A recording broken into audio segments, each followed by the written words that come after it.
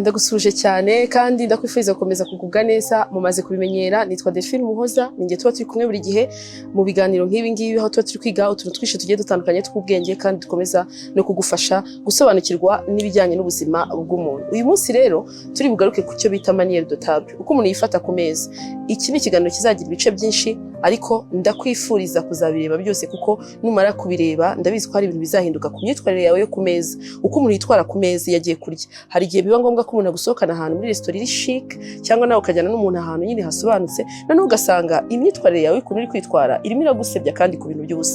Noneho ugatangira kuvuga ngo sinabyigishijwe, ngo maye ngo njye sindi umwana wo mu bakire, ngo ibiki n'ibiki. Uyu munsi rero icyo kibazo turaza kugikemura.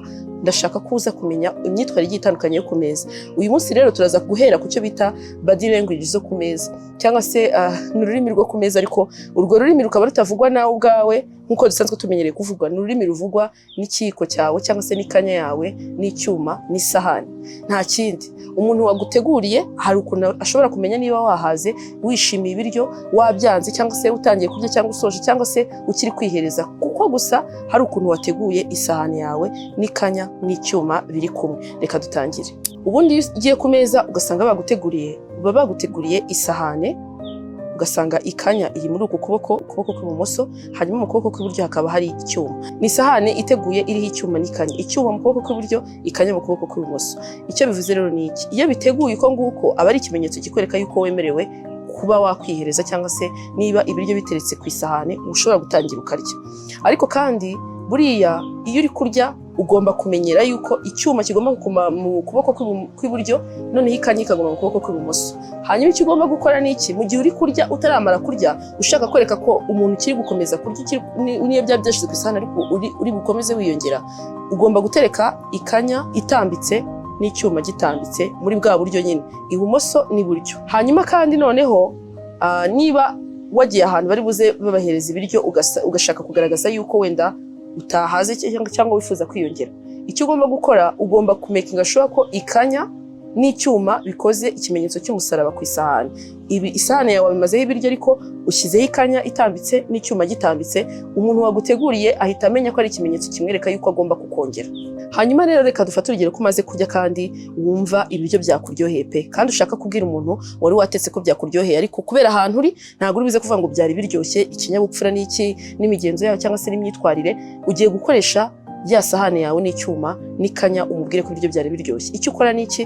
Ikanya urayitambika ku isahane ari ibanza, icyuma nacyo ugitambike mu bundi buryo aricyo gikurikiyeho, bize bikurikiranye bikoze imirongo ibiri. Ni ikimenyetso cy'uko burya ibiryo baba baguteguriye biba byakuryoheye ndetse cyane. Ariko kandi iyo utigeze ukunda ibiryo, icyo ukora noneho ni iki? Ufata ikanya ugajomba cyangwa se ugacomekamo icyuma ukabishyira ku isahani bikoze cya kintu nyine nka gutya, biteretseho ku isahane ku buryo umuntu abona bifatanye byombi.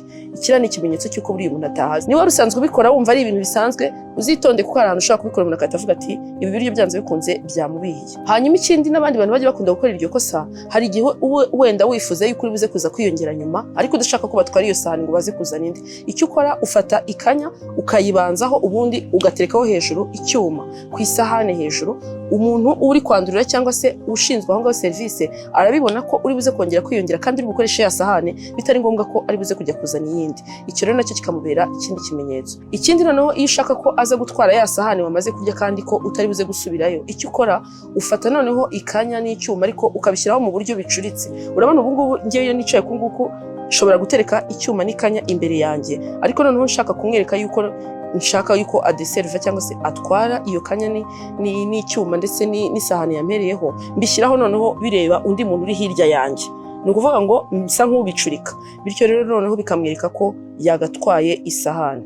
Ubundi buryo bundi ushobora kubikoramo ni uko ushobora kubiterekaho ariko noneho bireba imbere. Ni ukuvuga ngo icyuma mu kuboko kw'iburyo, ikanya mu kuboko kw'ibumoso, birambuye bikoze umurongo uhagaze ku isahane. Icyo cyaba ikimenyetso kimwereka yuko ashatse rwose yaza agatwara isahane ye ko amaze kurya, ariko nta yindi message ushatse gutanga. Urumva rero ko iyo umuntu yicaye ku meza ari kurya, ni ibintu bigiye bitandukanye bishobora kumufasha kuba yatanga ubutumwa bwe ku muntu runaka uri kumuserva. Ariko nawe niba twose utari utuzi, ni ngombwa ko tumenya kugira kugira ngo ujye twifashisha bityo uwo muco mwiza wo kumenya ukuntu yifata ari ku meza kandi akaba yabasha gutanga message akoresheje isahani, icyuma n'ikanya. Ni ibintu byiza twakagombye twese kumenya. Mu gice gikurikira iki ngiki noneho tuzareba ubwoko bugiye butandukanye bw'ibintu bitegurwa ku meza, bino twashyira muri cadre y'ibiyiko, amakanya, ibyuma, ituyiko dutoya, ibiyiko binini. Hari igihe ujya ahantu muri restaurant umuntu akagusohokana ugasanga bateguye ibintu nka 500 ukavuga ati ibi byose nzabikoresha, wowe ukajya kwibeshya wajya kurya ugafata icyuma wagombaga kurisha keke cyangwa se dessert nicyo ugiye kurisha ibiryo bindi baguteguriye, cyangwa se ugafata icyo wari buze gukatisha inyama nicyo ugiye gukatisha keke. Abantu ugasanga barimo baragucishamo ijisho kandi bitari ngombwa. Niyo mpamvu duhari rero kugira ngo tugufashe muri manière de table cyangwa se uburyo umuntu yifata iyo ari ku meza n'ibindi byinshi bigiye bitandukanye. Tuzanarebera hamwe kandi bimwe mu bintu umuntu agomba kwirinda igihe ari ku meza kuko nabyo ni ingenzi. Hari abantu babikora batabizi. Ibyo byose rero ni ibiganiro bikurikira ntibizagucike. Ndakwifuriza rero gukomeza gukurikira ibiganiro byacu unyura ku mbuga nkoranyambaga zacu kugira ngo hatagira na kimwe kigucika: Twitter, Instagram, Facebook ndetse na TikTok, aho hose tuba duhari. Ubwo rero nizere ko nifite n'igitekerezo wagicisha muri imwe muri comments cyangwa twandikira inbox tukabibona. Ubwo tuzasubire ubutaha mu kiganiro gikurikira iki ngiki cya manière de table. Ciao ciao, ibihe byiza.